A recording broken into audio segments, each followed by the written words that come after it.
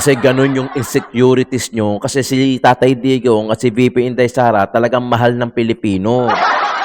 Kayo, kahit sarili nyo, baka pinagdududahan pa kayong mahalin. Hindi mo kasi maihingan ng matinong sagot si Diskaya. Si Curly, yun nando doon. Hindi. Kasi hindi naman siya wala siya sa witness protection program eh. Kaya hindi siya magsasalita. Hindi nga kaya ayaw talaga nilang maipit si Romualdez eh. Ayaw talaga nila. Halatang may nililihis eh. Di ba? Halatang may, I'm sure mapapansin nyo yan. Di na nga, noon pa lang eh. Yan na eh. Di ba? Di ba? May nililihis talaga sila. Meron silang ididiin. Yes. Meron. Para hindi mapanagot yung isa, yes, meron. Ngayon, anong karapat? What's up mga kayon? And welcome back pa rin syempre dito lang sa Joe Malone TV para sa issue ng bayan ating pag-usapan. Hit it! Music! Di kami natatakot sa katotohanan. Isang magandang umaga, hapon o gabi sa inyo lahat mga kayon. January 21, Wednesday! Joe Malone TV, issue ng bayan. Ating pag-usapan. Tunay na balita, walang kinakampihan. Sumasalamin sa katotohanan lamang para sa mamamayan. Totoo ang laban, hindi puro drama, di rin chismisan.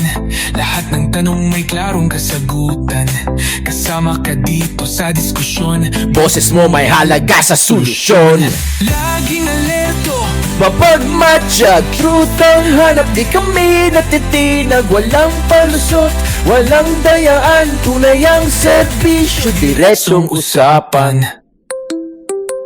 Joe Malone TV, issue ng bayan. Ating pag-usapan. Tunay na balita. Walang kinakampihan. Mega love shoutout sa lahat. Tuloy lang po ang pasok mga kayon. Yung mga team replay natin dyan. Magandang umaga, hapon o gabi sa inyo lahat. Ay. Totoo ang laban. Walang kampi. Balita, talakayan, katotohanan. Para sa bayan. Alright, isang magandang umaga, hapon o gabi sa inyong lahat mga kayon. Maraming salamat po sa lahat ng sumusuporta sa Joe Malone TV. Siyempre, Gusto Santissima. I'm sure napanood nyo na yung mga kaganapan sa Blue Ribbon nung Lunes. Agad-agaran naman nagpakape si Rodante Marcoleta sa kapiyan sa Senado. Mega love shoutout sa lahat. Attendance check muna tayo dyan mga kayon. Sa lahat ng viewers ng Joe Malone TV, OFW ka man o dito sa Pilipinas, Luzon, Visayas, Mindanao, pakicomment dyan sa baba yung exact location ninyo. Para sa algorithm natin at sa engagement na rin, syempre, maraming salamat. Mga kayon, paki-double check kung nakasubscribe na. Kung hindi pa, paki-subscribe na lang etong channel na to at paki-click yung bell icon para lagi kayong updated sa mga videos na ina-upload natin araw-araw. Sa description, mga kayon, punta kayo, merong mga link dyan, paki-click. Tapos redirect kayo doon sa mga backup channel natin. Paki-subscribe na rin mga kayon. Marami dyan. When Tito talks, halimbawa, we're talking about anything under the sun aside sa politics. Doon mo makikita yan. Yung mga diskarte, kung gusto mong lumala yung problema mo sa marriage ng mag-asawa. Diyan, mag-usap tayo dyan. Yung mga relationship, mga friendship, yan. Kung mga medyo naboboringan kayo kasi hindi kayo nag-aaway mag-jowa. Punta kayo doon sa When Tito Talks, paki-subscribe. Tapos kung mahilig ka sa pagkain, syempre, Pilipino ka, love language natin yan, pagkain, yun, nando doon sa tito ng ina mo, Tito Jom. Okay, game! May connection yan, si Representative Lian Leviste sa Duterte government noong 2019, yung franchise. Kasama nanay niya si Senator Loren. Kasama siya, naglakad niyan. Alam nyo,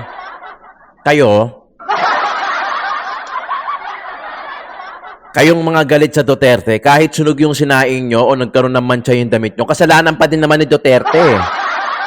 Di ba? Totoo naman lahat ng galit kay Tatay Digong, lahat naman kayo, kahit kasalanan nyo, yung mga personal na problema nyo, sinisisi nyo lagi lahat kay Tatay Digong. Totoo naman. Kasi ganun yung insecurities nyo. Kasi si Tatay Digong at si VP Inday Sara talagang mahal ng Pilipino. Kayo, kahit sarili nyo, baka pinagdududahan pa kayong mahalin. Di ba? Kasi kayo, hindi sinisigaw yung pangalan ninyo, yung apelido nyo, bagkos, minumura kayo, ginagawa kayong meme. Kay Tatay Digong, oo, karton yung tatay namin dito, pero at least yung karton na yon bit-bit yung bayag. Habang kayo, tinotolongges lang yung presidente nyo ng mga nasa paligid niya, ng kamag-anak niya. Di ba? Oh, 5,000 daw may higit yung flood control na overwhelm lang. Ayun. Issue ngayon. Di ba? Yun ang pinag-uusapan natin ngayon. Laking issue. Ano daw sabi? Yung sa Blue Ribbon, may nakapanood ba? Paki-comment niya sa baba. 6 hours mahigit yun, pinanood ko yun. Pero syempre, hindi ako tutok. I mean, may portion by portion kasi may ginagawa ako. Diba? Titipla ako ng kape, huhugas ako, uwi. Magsusundo ako sa anak ko, tapos babalikan ko, naka-live pa din. 6 hours mahigit, pero may full upload ako dyan. Hanapin nyo. Magbaka sa video natin. Meron. Pero I'm sure napanood nyo naman din yung watak-watak. Ewan ko ba? Mas okay pa din ang pakiramdam para sa akin. Mas okay pa din, hindi lang sa pakiramdam kung si chairman, kung ang naging chairman ay walang iba kundi si Senator Dante Marcoleta. Hindi dahil sa Duterte siya, supporter siya. Bagkus, napakahusay niya, manggisa. Mahuhuli na nga yung big fish eh, inawat-awat nyo pa eh. Palit-palitan nyo pa, di ba? O ngayon, tingnan nyo, hanggang ngayon, 2026 na, wala pa din nangyayari, wala pa rin nakukulong. Ano sabi? Na coordinates daw yung mga ghost project. Doon ako natatangahan eh. Kala ko pag gobyerno kayo, planchado kayo pagka trumabaho. O baka pati yung pinlansya nyo din. Ano na miscoordinates? Ano yun?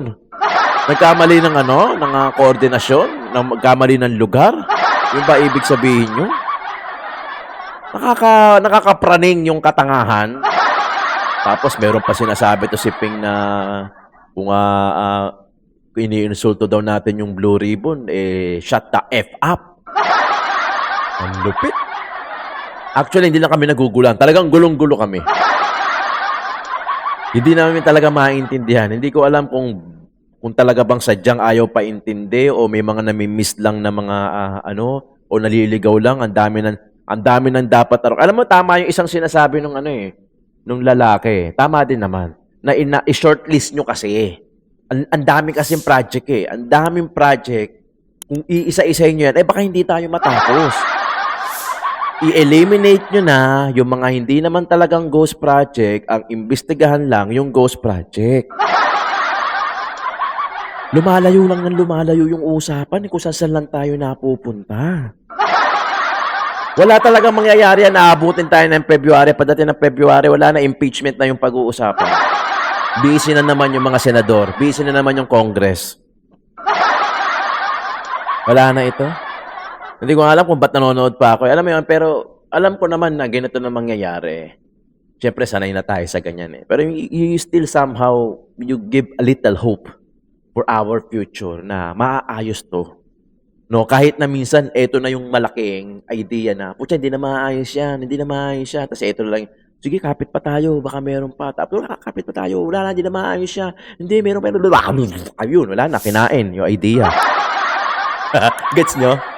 Again baka magalit na naman yan si Ping.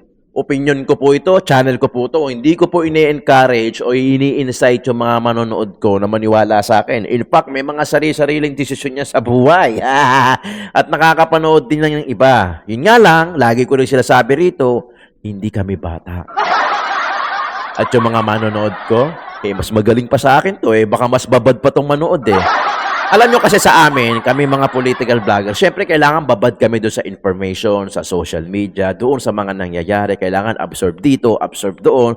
Syempre, yun ang ibabalita ko sa inyo. Yun ang trabaho ko. Yun yung assignment ko para sa inyo. Para pagharap ko dito, dire-diretso yung salita ko, confident ako na may basehan kahit papano yung pinagsasabi ko. Hindi yung basa birada lang tayo ng birada. Nakita nyo naman eh. Mapapansin nyo naman yung mga, alam mo mga Pilipino ngayon, hindi tanga yan. Hindi na tanga yan. Magaling na yan manood. Magaling na yan kumilatis ng tao kahit hindi nila nakikita personal. I mean, ako, nakikilatis nyo na, I'm sure. Sa ngayon, na kahit papano, di ba? Meron naman tayong, alam mo yun, hindi naman sa pagbubuhat ng bangko, na meron naman tayong ibubuga padating sa ganito, sa podcast. Okay, next. Nakakainis eh.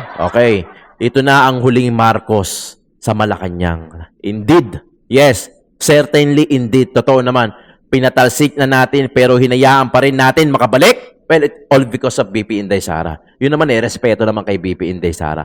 Binigyan na ng pangalawang pagkakataon, ngunit imbis na ayusin at ibangon ng kanilang pangalan, ay paninindigan lang ang aming paulit-ulit na sigaw namin noon pa na never again. Ewan ko ba? Alam mo, ang Pinoy... Alam mo, ang mali eh. Ito ang mali ah. I mean, hindi naman sa maling mali. Ito kasi ang problema. Okay? Sa ibang bansa kasi, ito yung mga differences ah. Sa ibang bansa kasi, parang ganito lang to. Ihahalin tulad ko lang. Sa ibang bansa kasi, applicable yung mentor-mentee. Narinig nyo na yan, mentor-mentee. Ang purpose kasi noon, para meron mag-guide sa iyo, hindi ka nakakain, hindi ka na mag-aaksaya ng oras, ng panahon, kasi baka mamaya hindi ka na magkaroon ng pagkakataon ulit. Yun ang ano ng mentor at saka mentee. Meron kang guide, panghabang buhay yan. Meron kang guide, meron magtuturo sa'yo. Hindi mo na kailangan pang ma-experience yung kamalian, tapos gagawin mo na ulit this time around na mas tama. Ang problema nga, pwede naman yung ganon. Ang problema kasi, kung ikaw lang, pero halimbawa yan, 6 na taon, pagka-president, hayaan natin matututo rin tayo sa pagkakamali natin. Puta, 6 na taon yun. At hindi lang yun, maraming madadamay na iba. Di ba, sana kung ikaw lang Halimbawa kung experience mo lang, hindi, sige, ito kukunin kong course 4 years. Ito kukunin kong course kahit hindi ko gusto. Kasi hindi man yung trabaho nito. Okay, natapos mo 4 na taon. Eventually, hindi mo na-enjoy kasi hindi mo namang gusto. Okay? Hindi mo namang gusto. So, nangyari, nagpunta ka doon sa ang tinrabaho mo, yung gusto mo. 'Di ba? Nasayang yung 4 na taon. 'Di ba? Kung ikaw lang, walang problema 'di ba? Pero kung meron kang mentor noon na magga-guide sa'yo, halimbawa, na ano bang gusto mo? Yung gusto mo, yun ang gawin mo, yun ang kunin mo. Hindi dahil kinuha mo to dahil alam mo lang na in demand yung trabaho nito kahit hindi mo na ma-enjoy. Kahit hindi mo naman talaga nasa puso. 'Di ba?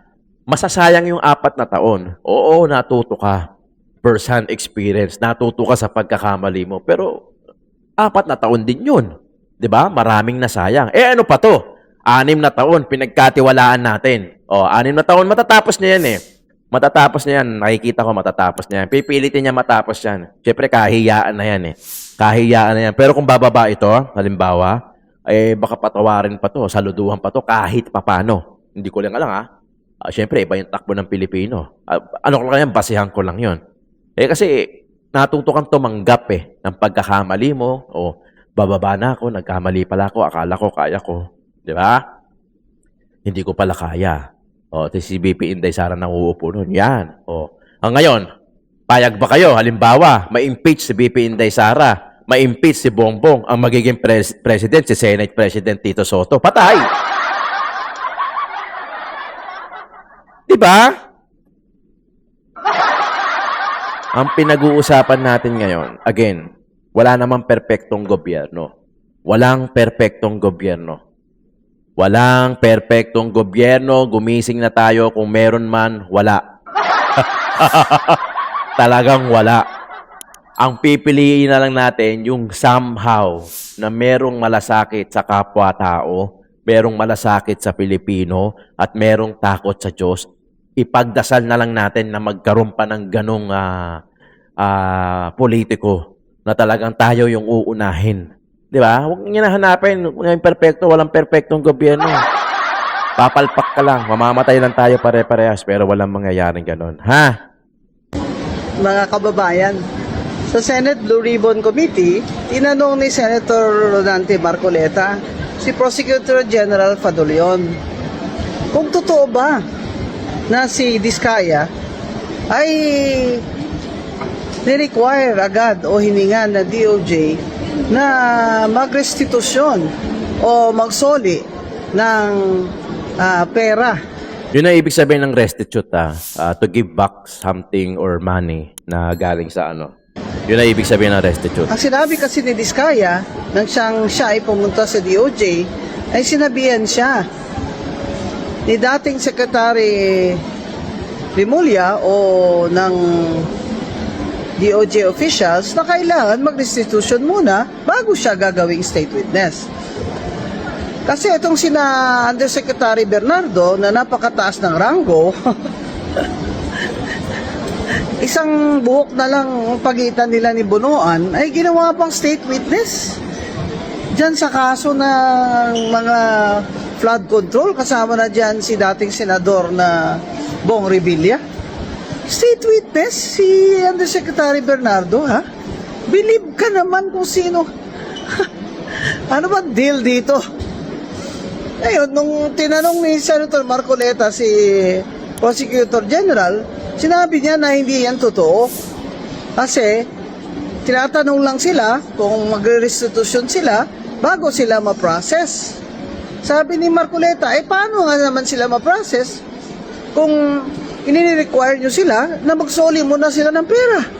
Ibig sabihin ba, ako sarili kong opinion ito, paano bang binibili mo ang pag-state witness mo? Parang binibili mo ang pag-state witness mo. Parang bago ka maka-state witness, ay kailangan magsoli ka muna o magbigay ka ng certain na halaga. Hindi sinabi kung magkano saan halaga o magkano ang halaga. Pero tingnan nyo si Undersecretary Bernardo, ang sabi niya, mag-restitution siya o soli ng 1 billion. Kaya pakinggan nyo yung mga tanong ni Senator Marcoleta dyan sa Senate Blue Ribbon Committee. Diba? Kung si Atty. Guanzon nga napapansin yung gano'n, kasi hindi naman tanga yan. Siyempre, hahanapan tayo niya, ebidensya mo? Wala ka namang ebidensya. Oo naman. Haka-haka lang naman yung opinion, pero hindi naman kami tanga. Diba? Magre-restitute ka kaagad in a certain amount o hinihingan ka kaagad kuno ng restitution ng kailangan ibalik mo yung pera para makapasok ka sa WPP o yung Witness Protection Program. Ano yun? So, paano kung hindi ka magsusoli? So, hindi ka qualified? Kahit na talagang maganda naman, kahit naman na pwede ka naman talagang maging witness, witness, tapos papasok ka sa program na yan? Medyo malabo ata yun. Di ba? Soli muna pera bago, tapos doon malalaman kung qualified ka. Patay tayo dyan. Yan ang problema kasi sa atin. O, papasok pa rin naman sa pagiging greedy yan eh. O, hindi kasi makakontento itong mga to. Gusto ata na ito, pera pinampapaligo nila eh. Pero huwag kayong mag-alala. Di ba? Sa mga inuugali nilang yan, yung mga ganyan, Diyos ko, ewan ko na lang talaga. Pucha, hindi nyo naman pera yun. Yun ang yun ang gusto, hindi ko talaga hindi ko talaga lubos maisip talaga. I'm sorry pero kasi kailangan maging grateful tayo araw-araw. Yun lang yun eh. Yun lang yun para maiwasan mo. Ma-counter mo yung pagiging greedy, yung pagiging sakim. Maging grateful ka araw-araw. Makakontento ka lang kung ano yung meron ka muna sa ngayon. It doesn't mean naman na pag kung ano yung meron kang, kung ano yung wala ka ngayon, hindi ka magkakaroon bukas, hindi ka magkakaroon sa susunod na linggo, buwan, taon, o in the near future. Pero lahat ng yun, hindi pa totoo eh. Hindi pa reality yun. Hindi pa siya ganap. Ngayon yung present, ito yung totoo, ito ngayon. Yung mamaya, hindi pa nga eh.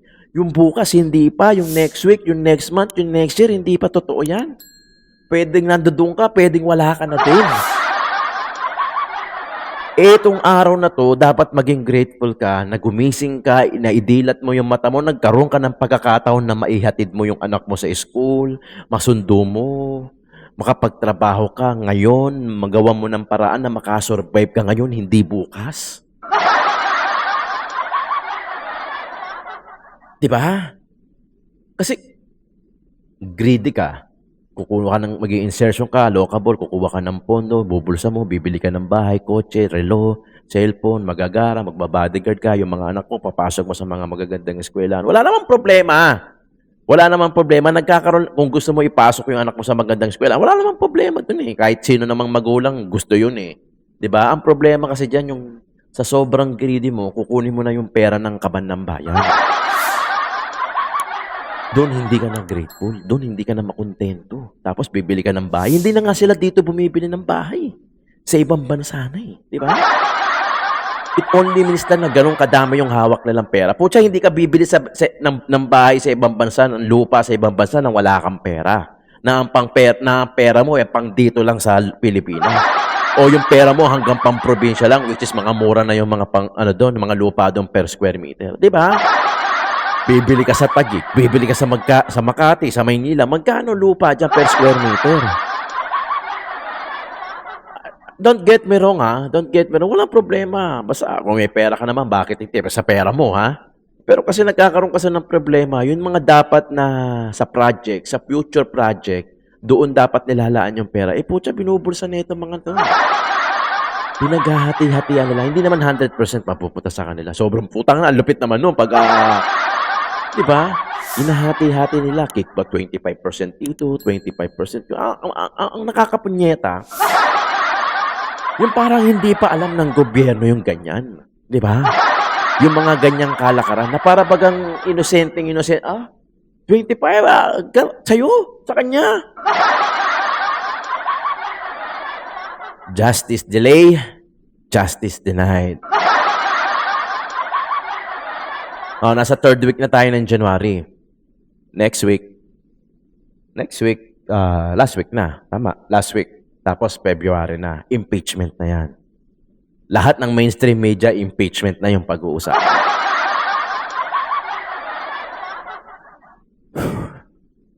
Ganun talaga. Ito yung masasabi na it's more fun in the Philippines. Ito na yun. This is the part. This is the certain part of it. Na, it's more fun in the Philippines. Parang hindi na tayo babangon. Parang kakamatayan na lang natin yung ganito. No? I'm sorry doon sa mga OFW na nagtatrabaho. Feeling ko, tatrabaho pa rin kayo na magtatrabaho.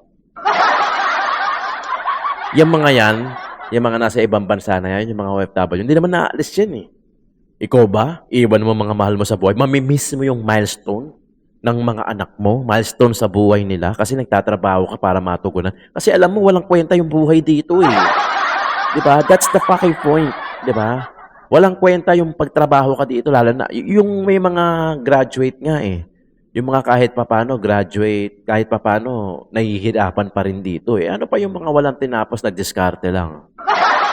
Hindi ko naman inaano yung diskarte. Ako madiskarte ako. Lahat ng pinag-aralan ko, hindi ko na-apply dito.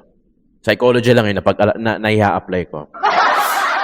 Pero thankful ako kasi, alam ko sa sarili ko na madiskarte ako. Paano lang yung iba kung hindi? Di ba? Siyempre, masisisi mo ba sila? Ikaw kasi hindi ka madiskarte. Hindi ganun. Di ba? Panoorin natin. I hope na panood niyo yung hindi ko makuha kasi, I mean, hindi ko mailagay 6 hours eh. Hindi ako pwedeng magsalita dito ng yun lang ang papakinggan natin eh. Di ba? Siyempre may mga input tayo, reaction video nga. Pero nag-re-upload ako, nag-screenshot ako. May mga in-upload ako dyan ng mga certain part na naabutan ko kasi sobrang haba eh. Panoorin natin, after kasi nung Blue Ribbon, nagpakape si Senator Rodante Marcoleta. Ano lang tayo? Watch lang tayo na onte tapos reaction tayo, ha? Kami ko lang sinabi. Totoo Kayo naman na. lahat ang sinabi ni Senator Amy. Alam ko hindi lang nakakabahala kasi pinakamaraming parte ng ating mamamayan ay halos nagagalit sa nangyayari. Na para bang ipinagkikibit balikat lang, ito halos nilimas ang kabangbayan. Ganun po kahirap na ang bansa natin ngayon. Alam mo yung word, nilimas. Yung pera ng bayan. Ganun yung term. Nilimas. It only means walang natira. Negative pa. Umuutang pa nga eh. Po tayo dun sa dalawang testigo na iniharap ng chairman ng Blue Ribbon na nakatakip ang kanilang muka, yung dalawang binibini na di umano ay mga staff ng nagre-renta doon sa bahay na pag-aari ng isang tao. Meron ba kayong napansin doon nung ako'y nagtatanong sa kanilang dalawa? Sana po'y makapagtanong naman ako sa inyo. Meron ba kayong napansin nung tinatanong ko yung Isa pa yan. dalawang testigo? kung sino po yung sumasagot. Kasi po, kung nagtatanong ang isang katulad namin at dinidirekta yung tanong sa kanya, dapat siya po yung sumagot, di ba? Iwanan na po natin yun kung hindi nyo napansin. Ang ibig ko lang Ang sumasagot nun si Ping. So nagtatanong si Senator Rodante Marcoleta dun sa dalawang witness na babae. Ang humaharang, ang sumasagot, etong si Ping. Kaya, alam mo yon, hindi na comfort ni ni Senator Rodante Marcoleta kasi hindi ko rin napansin. So baka siya hindi rin niya napansin. Pero later on parang nag-sink in siguro, teka, bakit niya pala si Ping yung sumasagot? Tinasagot ko yung gano'n. So hindi niya na ano kaagad ano ba tawag ito? Na-confronta agad na. Pero bakit ikaw sumasagot? Sila yung kinakausap ko. Ako din, hindi ko rin napansin. After na, napansin ko, bakit sapat na sapat ito si Ping? Hindi naman siya yung tinatanong ni Senator Rodante Marcoleta. Yun yung inaano ni Sen Marcoleta ngayon. sabihin dito, tinatanong ko po siya, bakit kaya kayo napunta doon kung ang inyong layunin lang pala ay ituro yung Diskaya na sila pala yung ginamit na nagpapaalis sa kanila dahil yung daw bagong may-ari kailangan na yung Unit. bahay na tumihingi sila ng ilang panahon pa lang dahil napakahirap maglipat ng kanilang mga gamit. So yung pala si Diskaya lang pala yung itinuturo na siya yung nandun. Ayaw namang aminin ni Diskaya na hindi nga ako nakapunta dyan sa South Forbes na yan. Ba't ako na naman ang tinuturo ninyo? Alam mo ang problema kasi, eto na, sasabihin ko na.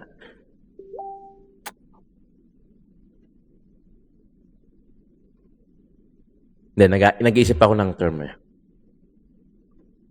Hindi mo kasi maihingan ng matinong sagot si Diskaya. Si Curly, yun nando doon. Hindi. Kasi hindi naman siya wala siya sa witness protection program Kaya hindi siya magsasalita. Delikado buhay niyan. Delikado buhay niya, magsasalita. Hindi. Lalaruin na lang niya hanggang sa matapos yung issue. I'm sorry, pero yun yung opinion ko. And I'm so entitled for my own opinion. Opinion ko yun Yun yung napapansin ko. Hindi yan magsasalita. Magsalita man yan, liligawin lang kayo ng liligawin yan. Bakit? Tamo, ang tinuturo ng dalawang babae, si Diskaya, na ayaw naman umamin ni Diskaya. Siyempre, hindi yan aamin. Di parang binigay niya na yung sagot, tapos wala siya sa witness protection program. Di ba, hindi nga siya nakapasok? Pwede ko bang malaman, kayo po nagtuturo kayo, nakatakip ang mukha nyo. Ako po na tinuturo nyo, wala bang karapatan na makita ko man lang ang mukha nyo. Ayaw po, hindi rin pinaalis yung mga maskara. Pero ang isa pong importante doon na dapat napansin nyo, yung sinabi nilang address, 30 Tamarind Street. Kung napapansin nyo, yun ay bahagi ng paglalahad ni Saldico na sinabi niya yung isang 1 billion pesos ay doon i-deliver. Kasi yun ang drop-off point na sinabi. Yes. Sabi niya, ni Martin Romualdez sa akin, diyan mo dalhin. So, Tamarind. Ang gusto ko sana dapat merong mga tanong pa doon Bakit hindi natin tawagin kung sino yung may-ari? Nasaan yung kontrata nasaan yung discontract? Di ba? Nabanggit lang ang pangalan ni Martin Romualdez, natapos na kami. Ampaw Nakita nyo? Kasi sinasabi na si Martin Romualdez yung nakabili na kailangan na daw ni Martin Romualdez yung bahay. Ang ini-establish pala nila na si Diskaya pumunta ron para sabihin na yung bagong may-ari, pinaalis na sila. Anong weight doon, sir? Yun nga. Wala. Kaya gusto ko mapansin ninyo lahat. Bakit kinailangan pumunta pa sila doon? Yun lang bang gagawin natin? Ang mga tao, Hindi nag-isa maigi, in short. hindi ganun ang expectation po Yes. nila. Kaya po siguro napilitan kami na maglabas na ng minority report. Hindi lang siya kung ano pa man bagay. Ang mga tao po kasi nagtatanong, ano po ba nangyayari na dyan? Simula po nung ako'y nawala na po na chairman at napalitan nga po. Nung ilabas na Lalong gumulo. sinabayan naman yun ng aming legislative break. Matagal po yun. Hanggang sa mag-resign naman si Senator Ping. So, ang mga tao nagtataka. Ano na naman ito? Ano bang ito? Wala bang closure ito? Hindi ba natin malalaman kung sino talaga ganito? Hindi nga kaya ayaw talaga nilang maipit si Romualdez Ayaw talaga nila. Halatang may nililihis di ba? Halatang may, I'm sure mapapansin nyo yan. Di na nga, noon pa lang yan na di ba? 'Di ba? May nililihis talaga sila. Meron silang ididiin? Yes, meron.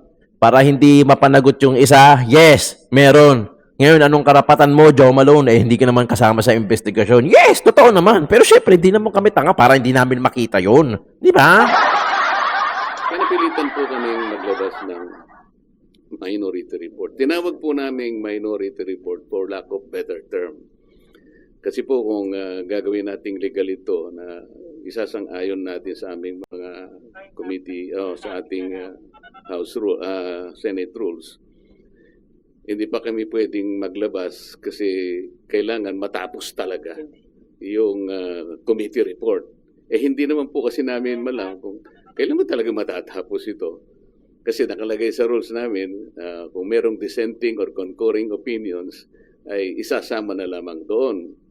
This is neither a concurring or dissenting report. Kaya tinawag naming minority report sa pag-aakala naming magagamit po ninyo. Nandito po yung aming observations, meron kaming findings, nandito yung issues, nandito yung mga recommendations namin, nandito po yung set of Kunin mo rito. possible legislative measures na pwedeng at ginagawa na po namin na pwede naming i-file in aid of legislation. Meron pong mga potential personalities na pwede pong kasuhan. Ang totoo niyan meron po kaming ayan po. Yon. Nakalagay po rito. Nakapost yan sa community post ko, ah. Ang totoo po itong minority report na to, I had a chance of disseminating this for the first time on December 11, 2025. Meron po kasing forum sa Quezon City. It was held in MICE Center in Quezon City. I-CARE po yung host. I-CARE means Interdisciplinary Conference on Accountability, Reform, and Engagement. Ito po ay hosted by the NCPAG of the University of the Philippines. I was one of the panelists, kasama po si then Chairman Popoy de Vera, andun din po si Congressman Erice. Okay. Hanggang nga natin tapusin, mahaba yan eh. Meron naman ako upload yan. Saka nasa Senate siya, mapapanood nyo na. Ang gusto ko lang i-point out dito, ang gusto ko lang sugatan natin dito tila baga, eto haka. Ewan ko kung haka-haka pa rin ba matatawag to. Talagang iniiwasan nila si Martin Romualdez Di ba? Talagang yun talaga yung iniiwasan. May mga madidiin, oo, meron. And alam na natin yan. Nakakulong na nga yung mga yan Di ba? Hindi ko alam kung meron silang kailangang isalba at bakit nila kailangang isalba, bakit hindi nila maggisa, bakit madadamay ba sila? Kaya takot na takot sila. Alam mo 'yon, damay-damay na sila 'di ba? Kaya nga lagi ko sinasabi, kung magsusunog tayo ng sinungaling at korap ng politiko sa bansa natin, sa Pilipinas, ilan na lang matira. Baka magulat ka pa, wala pa matira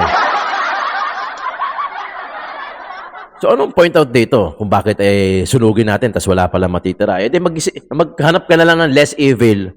Maghanap na lang tayo ng talagang less evil, which means na hindi masyadong demonyo ang ugali. Wala naman tayong makukuha ang perpekto Wala naman yan. Hagilapin mo yung buong mundo, lahat ng pagkatao, baka wala kang makukuha ang perpekto. Malamang sa malamang pa nga Diba? Yun yung natin. Yun yung, pero wag naman ganito kagrabe na parang, wala na flood control issue is out para sa akin. Wala. Dismiss yan pero wala na resolve.